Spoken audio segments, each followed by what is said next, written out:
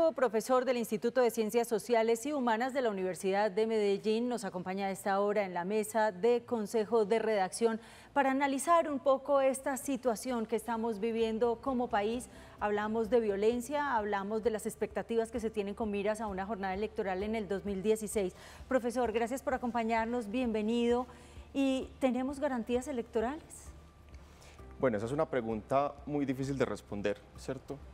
Digamos que Colombia está dividida, o lo que se ha dicho usualmente es que está dividida en dos grandes Colombias, ¿cierto? Hay una Colombia que es relativamente desarrollada, que es segura, Bogotá, Medellín, etcétera, donde hay una serie de garantías, o se supone que deberían haber una serie de garantías electorales, y otra Colombia, ¿cierto?, que es la Colombia de las regiones. Sin embargo, la MOE, la Misión de Observación Electoral, ha mostrado que tanto Medellín como Bogotá son ciudades que han estado en riesgo electoral, ¿cierto? Históricamente han sido ciudades marcadas por la violencia, pero además la directora de la MOE esta última semana, con el caso de Miguel Uribe Turbay, muy sonado, muy delicado, una gran tragedia, se ha mostrado muy preocupada con relación a las garantías que existen en las grandes ciudades. ¿Existen garantías electorales? No del todo, no necesariamente, falta mucho trabajo por hacer, pero esa es la tarea que tienen las autoridades de cara al 2026 porque tienen un año para prepararse. Habla la MOE, profesor, de 128 hechos de violencia contra liderazgos políticos, sociales y comunales. ¿Esta cifra qué nos dice versus años anteriores? ¿Estos hechos de violencia podrían estarse incrementando para este 2025? Bueno, según el mismo periodo del 2021, se comparan periodos similares porque la violencia no se comporta igual año a año, sino que el mismo periodo del 2021, que es anterior a las elecciones del 2022, respecto a este momento del 2025, que es anterior a las elecciones del 2023, la MOE muestra algo muy interesante y es que se redujeron en realidad los hechos de violencia, ¿cierto? Pasaron más o menos de 150 a más o menos 128, como tú lo mencionabas. Sin embargo, lo que ha aumentado ha sido la gravedad de los hechos. Antes no veíamos tantos secuestros como hay ahora, hubo una variación más o menos del 400% en los secuestros contra candidatos en el mismo periodo electoral y también hubo un incremento en los homicidios, aunque en el resto de violencias sí bajaron según la Misión de Observación Electoral. ¿Cuál es el asunto? No es muy fácil predecir qué pueda ocurrir con la violencia en el país, ¿cierto? Sobre todo de cara a las elecciones del 2026. Sin embargo, sí hemos visto un recrudecimiento de la violencia en Colombia, sobre todo desde este proceso de la paz total, no necesariamente porque el gobierno Petro sea un gobierno terrible, sino porque las dinámicas de violencia se han movido con base en las expectativas que tienen respecto al gobierno. Entonces, si los grupos armados ven que de pronto no hay un garrote de la mano del gobierno nacional, entonces los grupos van a tratar de tomar ese espacio. Por eso, inusitadamente, hace más o menos, creo que fue unos meses, unas semanas, el gobierno Petro, por primera vez en la historia, desde hace varias décadas, designó un ministro de defensa militar, una cosa que no se había visto hace mucho tiempo. Entonces, idealmente esperemos que el gobierno coja mano dura contra los grupos armados, pero le ha costado como hacer ese balance entre llamarlos al proceso democrático, llamarlos al proceso judicial para que se desmovilicen las armas versus la fuerza que tiene que tener el Estado contra estos grupos. Profesor, si nos ponemos en los zapatos hoy de los precandidatos y candidatos, que son muchísimos, pues está el temor. Anoche veíamos cómo se ofrecía una millonaria suma de dinero, aunque estas son versiones que todavía no están confirmadas, por otros atentados contra Vicky Dávila, contra María Fernanda Cabal, contra De la Espriella. Pero ¿cuál es la postura, sabiendo que hoy ya se ha anunciado por parte de algunos precandidatos que están en cese de actividades? Esto, además de ser solidarios con la situación del senador Miguel Uribe, pues también es por el temor que tienen. Digamos que cuando una persona, sobre todo en el ámbito político, no siente garantías para hacer campaña política, pues no lo va a hacer. Y eso es terrible porque deja de lado a un montón de personas del juego democrático que deberían hacer parte del juego democrático, ¿cierto? Usualmente entonces esto lo que hace es que desplaza a las personas más vulnerables y deja únicamente a la élite o a los grupos armados con la capacidad de hacer campaña electoral. Hay mucho miedo, seguramente hay mucho miedo. Si yo fuera candidato en este momento tendría mucho miedo, aunque Colombia ha sido un país históricamente azotado por la violencia.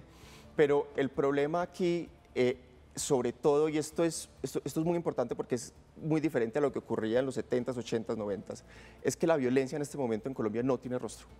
No sabemos quién está cometiendo esos atentados, no sabemos quién está ofreciendo esas supuestas sumas de dinero por las cabezas de los políticos. Entonces, digamos que no sabemos como sociedad cómo reaccionar, hacia dónde apuntar el dedo, no hay un enemigo visible, entonces no entendemos muy bien qué es lo que está pasando. Digamos que de alguna manera cuando Pablo Escobar asesinaba a un candidato, sabíamos quién era, y no solamente sabíamos quién era, sabíamos más o menos cómo responder y qué querían. En este momento no sabemos qué se quiere con el asesinato de Miguel Uribe Turbay, sobre todo porque no era el candidato más opcionado del Centro Democrático. Hay una reunión, o hubo una reunión el día de ayer que se llamó Comisión Nacional de Garantías Electorales. Hablemos de esta reunión muy polémica también en la agenda informativa, en la opinión pública. Los partidos opositores mencionaron que no veían como garantes de este proceso democrático ni al presidente Gustavo Petro ni al ministro del Interior Armando Benedetti. ¿Qué esperar entonces? Porque el ministro del Interior sale a decir, hicimos esta reunión de garantías electorales con los que quisieron venir, los que no, pues se atendrán a las decisiones que se tomen en este espacio. Y finalmente dio una frase que fue muy contundente y dice que este hecho puede ser el primer eslabón de una cadena de atentados. Con el ánimo pues de bajarle un poco el tono al miedo, a la desesperanza, ¿no ayuda mucho esta declaración? Seguramente es una declaración desafortunada. El tema de la violencia y la falta de garantías electorales en Colombia es estructural. Eso puede sonar a lugar común, pero eso lo que quiere decir es que es un problema que no va a solucionar ningún gobierno, ¿cierto? Y muy probablemente no lo va a solucionar el gobierno de Gustavo Petro. Aquí el asunto es que hay una paradoja, es que al gobierno Petro le ha tocado, o en este momento le está tocando ofrecer garantías, cuando antes era él el que las pedía. Y es muy distinto pasar ser candidato a ser gobernante, porque uno en la campaña exige muchas cosas, pide garantías, pide seguridad, etcétera, etcétera, etcétera, pero cuando se es gobernante se da cuenta de lo realmente difícil que es ofrecer garantías a los candidatos. Profesor, mire, estamos siendo el reflejo también de lo que ha sucedido en América Latina, porque volvimos a épocas pasadas, pero también volvió México, volvió Ecuador, volvió Perú, y el director de la Policía Nacional anunció ayer la creación de un centro de inteligencia electoral. ¿Esto va a funcionar? Digamos que el tema de crear instituciones nuevas puede o no funcionar dependiendo de cómo se cree esa institución, ¿cierto? Idealmente es una institución independiente, bien financiada y que no esté cooptada por los poderes de facto. ¿Eso qué quiere decir? Que no tenga lazos pues, como de la corrupción, viendo a ver qué se hace dentro del... Sí, filtrado, ¿cierto? Pero lo que mencionas, Claudia, respecto al tema de la violencia en América Latina es muy interesante, porque es un fenómeno que ha venido ocurriendo en los últimos años y que es producto de un mercado de drogas desatendido. ¿Eso qué quiere decir? Como ya se volvió tan difícil exportar droga a Estados Unidos, como ya se volvió tan difícil exportar droga a Europa, entonces el mercado de drogas se está trasladando a América Latina y eso está generando un recrudecimiento de la violencia. No solamente en Colombia, porque estamos de pronto, no estamos con los niveles de inseguridad que teníamos en los 80s, 90s, 2000, pero de alguna manera esto sí como que lo devuelve uno al pasado y empieza a decir, ve, está pasando lo mismo que pasaba antes. Incluso hace cuánto no veíamos, por ejemplo, noticias sobre carros bomba, ¿cierto? O sobre bombas en las ciudades de Colombia. Pero este proceso de recrudecimiento de la violencia está ocurriendo en toda América Latina y, por ejemplo, en países como Chile no saben qué hacer, ¿cierto? El tema de El Salvador, ¿por qué es tan sonado? Porque entró un gobierno como con mano dura a agarrar como todas esas personas que estaban en la violencia. Lo que estoy diciendo puede ser un poco desalentador, pero básicamente lo que quiero decir es que la violencia se está recrudeciendo en toda América Latina por un mercado de drogas desatendido y no sabemos qué hacer al respecto.